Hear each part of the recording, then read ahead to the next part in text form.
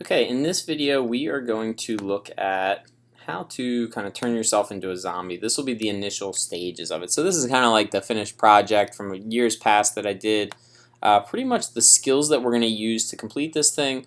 We'll do some coloring like we did in the photo restoration stuff over top of our skin. We can put scabs in using blending modes and some layer masks, things like that to kind of make them look a little more natural. And as we go, we'll just kind of look at some different kind of techniques to use. We could do the clone and heal type things to kind of blend pieces together. So we have a lot of options for this, and it's kind of based off of things that you already know. So it's just kind of using tools that you know in a slightly different way. So to do this, what we're going to do is kind of get maybe to somewhere around this point today. So you can see it's kind of like a goofy, awkward picture of me that we're going to use, and that's fine. The goofier the picture, kind of the better for this in the beginning. It may seem like it's a little bit odd, but it works out well when it's all said and done. A blank expression works well for this, like an angry. Just kind of think like what you want this thing to look like when you're done. One thing that I'd maybe shy away from is just like a generic smiling picture, because it won't look so good when you turn yourself into a monster. So let's get this thing started. What I want to do is I want to go to File, New. I'm going to set this up so that in case we want to print this out on a sheet of paper. So first thing I'm going to do is the pixels per inch. If you remember, 300 is generally where we like to stay when it's going to be printed. If it's going to be on the internet, I like to set this to 72, but for print, 300. As far as the width and the height, I'm going to set this to inches. The width I'm going to make 11 inches and the height 8.5 inches. So again, make sure those are in inches. And what that will do, that's a sheet of computer paper. Now if I wanted my project to be taller rather than wide, I could flip-flop these two numbers. That's also something that can be adjusted down the road. I'm going to name this thing. I'm going to call this Zombie Monster, something along those lines so that I'll know what this thing is in the future. And I'm going to go ahead and hit OK. I now have my blank document. So I've already prepared a picture for this. So what I'm going to do is I'm going to bring this picture in. So I'm going to go ahead and just drag that over to my project. Now it's important that we do what I just did here as opposed to just opening this picture in Photoshop and beginning to work on there, because the problem with that is going to be with each camera you're going to end up with a different sized document. So I'm going to go ahead now and just place this item on here. So what I'm going to do that is just press enter. And then what I'm going to do now is right click on here and go to rasterize layer. So now that has been placed onto my project. I have this picture. If I want to scale this thing up or down to get an idea of what I'm going to use, I'm going to do Command T, and I'll hold Shift while I drag the corner. That'll keep it in proportion. And I can kind of put this anywhere that I need it, make it as big as I want. Once I'm happy with the size, I'll press enter. So that's good for me to start. Now if I want, you know what, I'm going to even go a little bigger on this. I'm going to do Command T again. And I'm just going to make that bigger.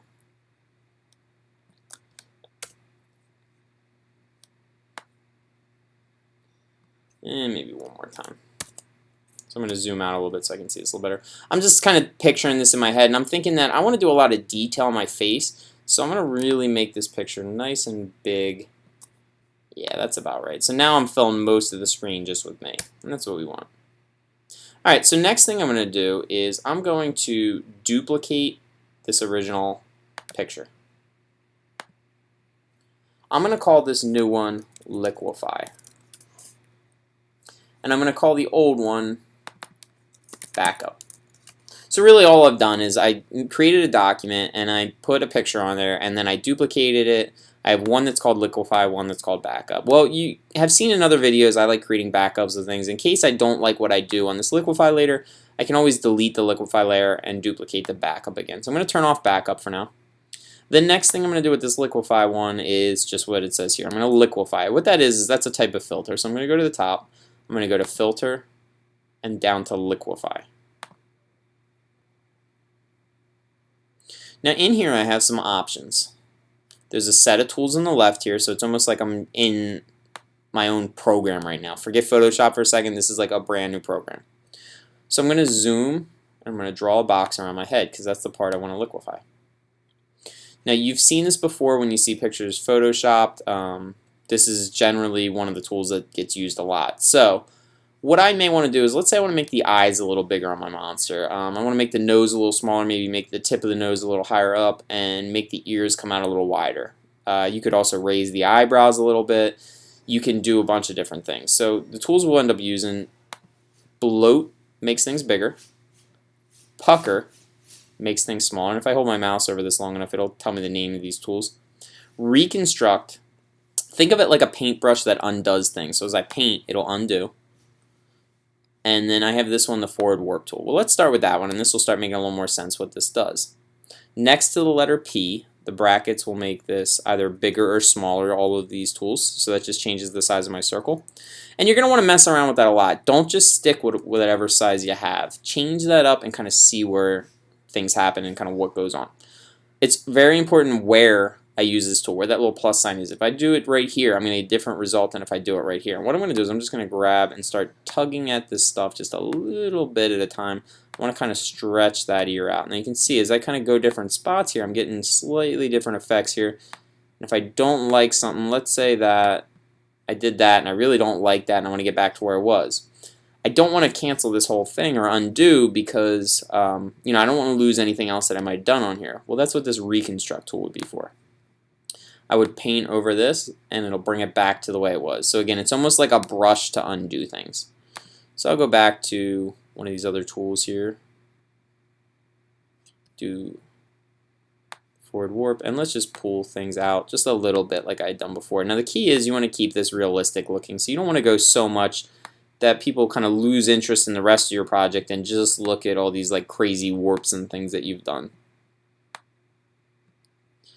Alright, so that's good for that for the moment. Let's look at the bloat tool. I'm going to make the eyes bigger. And again, you don't have to go bigger with the eyes. This is just the direction that I chose to go with this project. I want to make the eyes a little bigger. So again, you can see I'm making that brush bigger and I'm increasing the size of the eye. I'm going to do the same thing on this other one. Now the key is, you can see I'm moving around. I'm trying to kind of grow different parts of this eye. And I want to make it so it all kind of looks consistent. So there we go.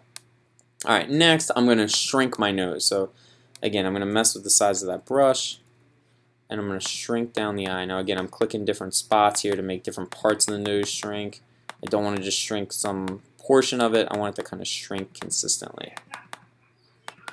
So again, it's easy just to click buttons. What's a little harder is trying to, as you're going, make things as realistic as you can. So I've made my nose a little smaller.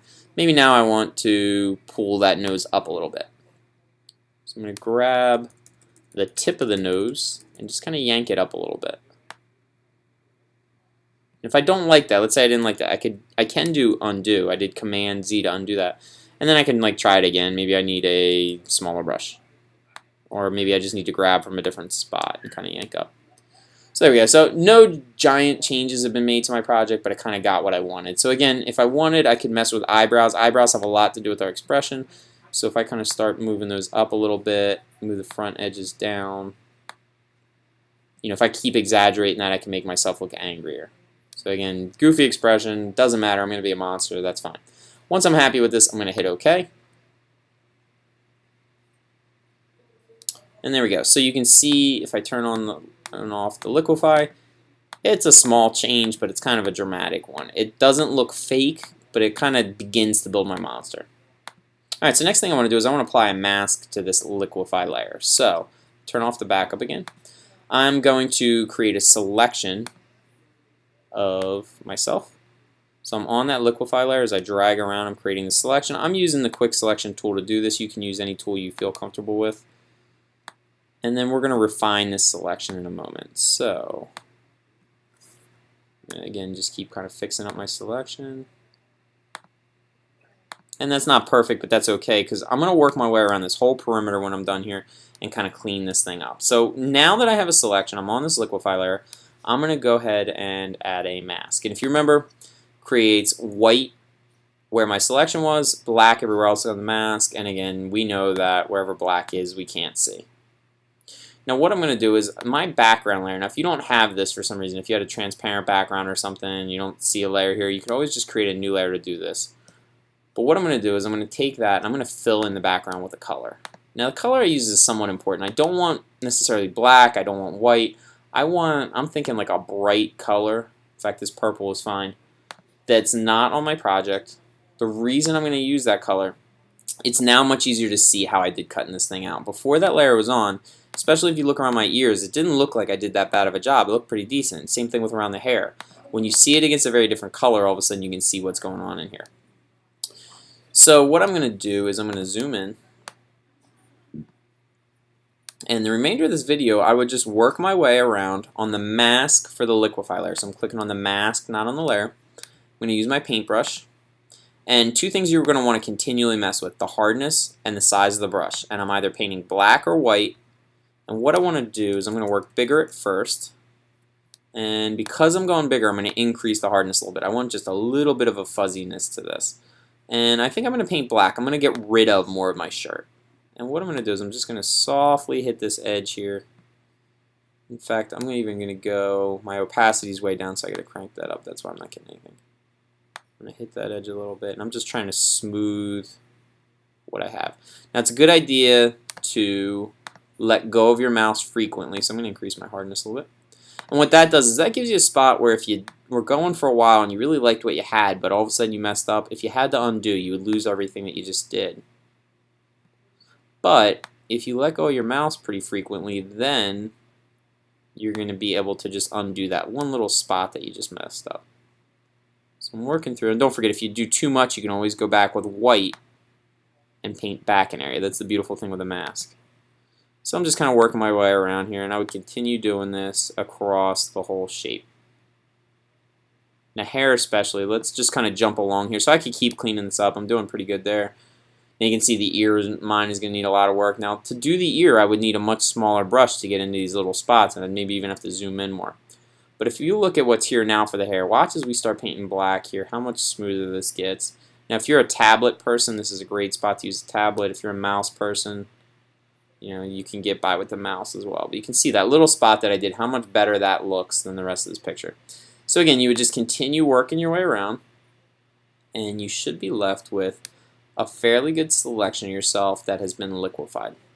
Alright, so that's kind of the end of this video. Now if I ended up not liking my liquefy, I still may want to hang on to this layer because I could use this mask on the backup layer as well.